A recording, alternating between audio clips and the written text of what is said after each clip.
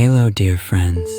I'm here to tell you a relaxing story which leads you to sleep with sweet dreams. Let's start our new story from Chapter 1. Chapter 1. A yawn in the garden, in the quietest corner of a little garden where daisies nodded off in the afternoon breeze and the air smelled like lavender and dreams. There lived a very sleepy caterpillar named Caro. Caro was not like the other insects who scurried, hurried, buzzed, or darted from one task to another. Oh no. Caro preferred the slower things in life. While the ants marched in long, tireless lines and the bees danced from flower to flower with golden dust on their legs, Caro simply stretched out on the smoothest leaf he could find, blinked slowly and yawned. His favorite leaf was tucked under the arms of an old marigold just beside the mossy stone that warmed up under the afternoon sun. It was soft, a little curved, and cradled him just right, like a green hammock made by the garden. Every morning, Caro would wiggle his way onto that very leaf, curl up into a fuzzy little ball, and let the warmth of the sun seep into his sleepy body. The garden was a peaceful place, filled with gentle sounds that made falling asleep so easy. The leaves rustled like lullabies, and the soft wings of butterflies made whispery swooshes as they passed by. Even the gurgle of the tiny brook nearby sang a gentle song, like the hum of an old friend. Caro had a special routine. He would wake up just as the dewdrops began to melt away from the petals, stretch his tiny body slowly from one end to the other, and greet the sun with a long, cozy yawn. Then he'd munch on a little green breakfast, just enough to make his belly full, but not too full to make him too awake. After breakfast, he would watch the shadows of the clouds drift lazily over the garden floor, and soon enough, his eyes would grow heavy again. "I think I'll nap until lunch," he'd mumble softly to himself, already halfway back to sleep. The other bugs often teased him gently. "Caro, why are you always napping?" chirped a cricket one day hopping nearby. "I'm dreaming big dreams," Caro answered with a sleepy smile. "A dream so soft and long, they need a nap to hold them." Sometimes the ladybugs would giggle as they flew past him. There he goes again, snoozing like a baby leaf. But Caro never minded. He liked the way sleep felt. It wrapped him up like a cozy blanket and carried him into worlds made of honey-colored skies and floating flower boats. In his dreams, he flew without wings, rode the wind like a feather, and napped on stars that twinkled just for him. Even the garden seemed to understand Caro's sleepy rhythm. The sun always paused a little longer above his favorite spot, warming the leaf just right. The breeze would hush as it passed him as if it didn't want to wake him, and the marigold above would lower its petals like a canopy, giving him shade when the light got too bright. So Caro napped and he dreamed, and he woke just long enough to nibble a little, stretch and yawn once more. And as he dozed again, the garden continued around him, buzzing, blooming, bustling, but always softly, always gently, like a world that knew how to sleep. And Caro, he was just fine with that, because being a sleepy caterpillar was a beautiful thing. Chapter 2. The Whispering Wind one afternoon. As the garden settled into a quiet hush, and the golden sun began its slow slide toward evening, a gentle wind drifted through the leaves. It wasn't a loud wind or a strong one. It was soft, slow, and full of secrets. It moved like a sigh across the flowers and fluttered through the trees like a lullaby. Caro, the sleepy little caterpillar, was lying curled up on his favorite leaf, halfway between dreaming and waking. The breeze brushed across his fuzzy back like a whisper, and he blinked his eyes open slowly, just enough to notice the way the leaves above him swayed and danced in time with the wind's soft song. He yawned a long, cozy yawn and looked up toward the sky with half-sleepy eyes. "Hello, wind," he murmured. "Where are you going today?" Of course, the wind didn't speak with words, but Caro liked to pretend it did. He believed down in his sleepy little heart that the wind carried messages. Not the kind spoken out loud, but the kind you could feel in your chest if you listened carefully. And today that wind was singing a song just for him. The leaves above rustled gently like pages of a very old, very quiet book. And as the breeze passed over the garden, it seemed to hum a story only Caro could hear. It told him about clouds that drifted endlessly across faraway skies. It whispered of mountaintops that touched the stars and valleys where flowers glowed under moonlight.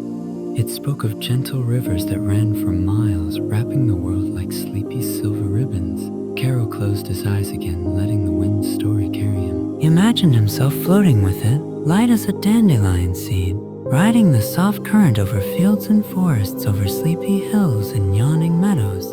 In his mind, he saw twinkling lakes that mirrored the sky and glimmering stars that dipped low to kiss the earth. He didn't need to open his eyes to see it. The wind painted the pictures for him, each one softer and more peaceful than the last. As he lay there, nestled in the curve of his leaf, he thought about how nice it would be to drift forever like that.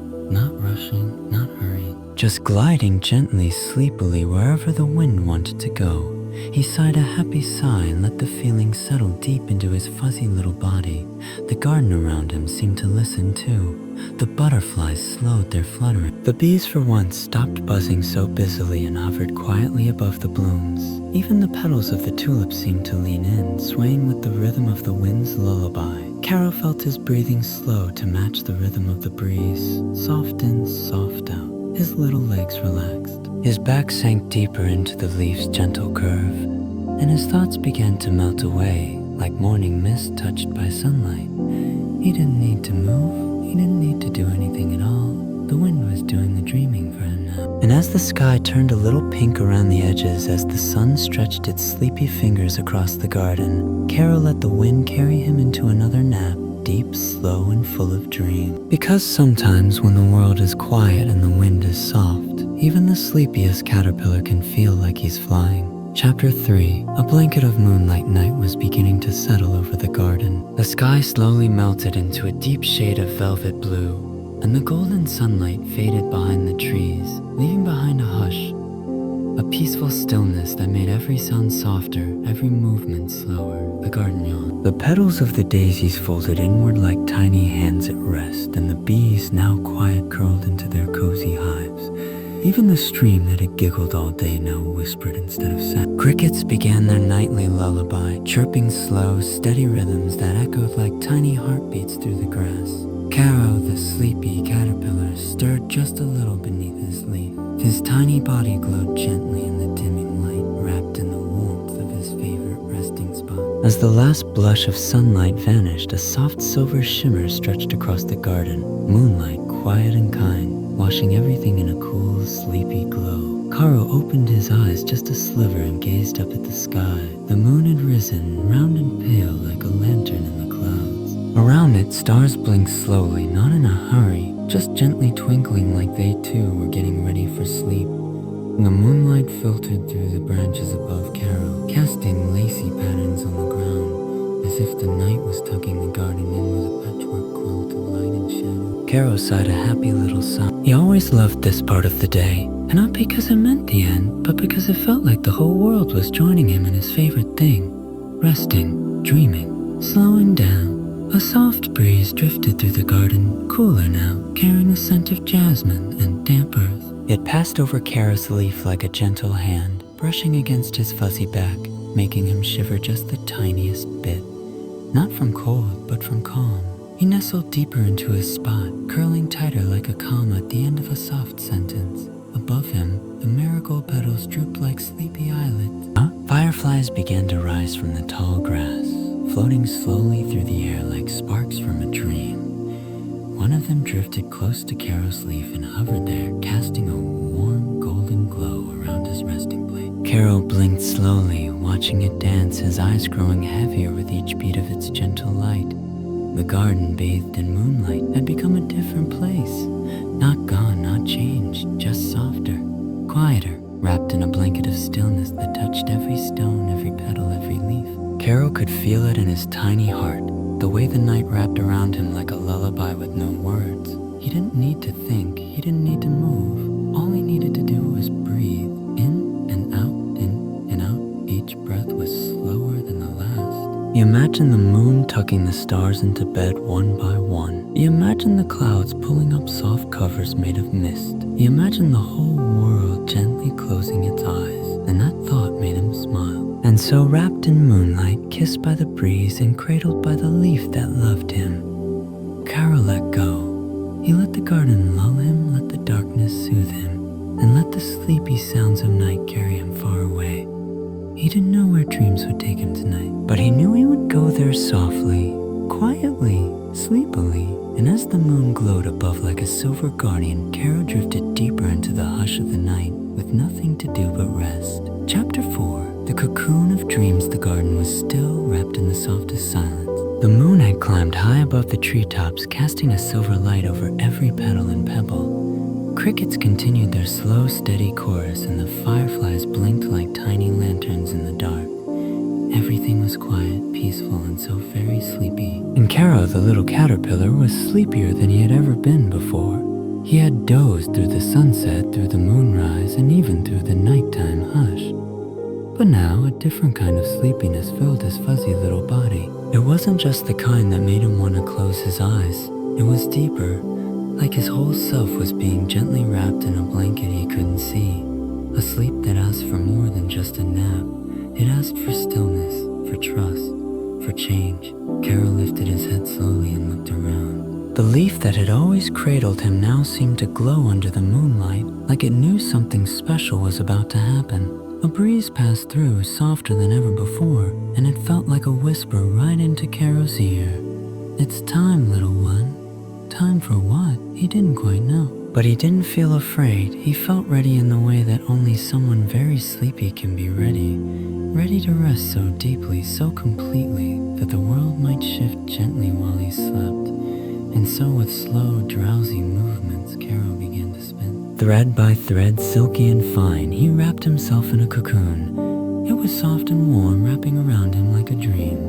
He worked gently, patiently, never rushing, until he was fully tucked inside, a tiny bundle of fuzz and silk swaying gently from his leaf like a lullaby waiting to be sung. Inside the cocoon, everything was quiet. The world outside melted away. There were no more garden sounds, no more rustling winds, just the soft sound of Caro's breath and the steady rhythm of his heart. It felt like being inside a cloud, safe, slow, sleep. And then came the dreams. Not the quick little dreams he used to have while napping in the sun, but long, drifting, magical dreams that stretched out like the sky. In his cocoon, Caro dreamed of floating through the stars, of flying across oceans made of light, of curling up in the petals of the biggest flower in the universe. He dreamed of colors he'd never seen before, gentle shades of lavender, rose, and blue that swirled like sleepy music all around him. He felt light as air. He felt like he was becoming something more than he'd ever been before. But it wasn't scary. It felt natural, like the way night follows day, like the way a breeze follows a sigh, like the way sleep always comes when it's truly time to rest. Wrapped in silken dreams, Caro let himself go deeper. He didn't know how long he'd sleep. He didn't need to know. The garden would wait. The wind would wait. The stars would keep watch above his tiny cocoon. And deep inside, with a heart full of quiet joy, Caro slept. He slept not just because he was tired, but because he was growing. Because sometimes the most beautiful changes happen when we rest, when we stop, when we let ourselves be still and trust the gentle rhythm of the world. In the hush of the night, under the watchful moon and the glowing stars, Caro dreamed on. Wrapped in his cocoon of dreams, he was safe. He was becoming. He was asleep. Chapter 5.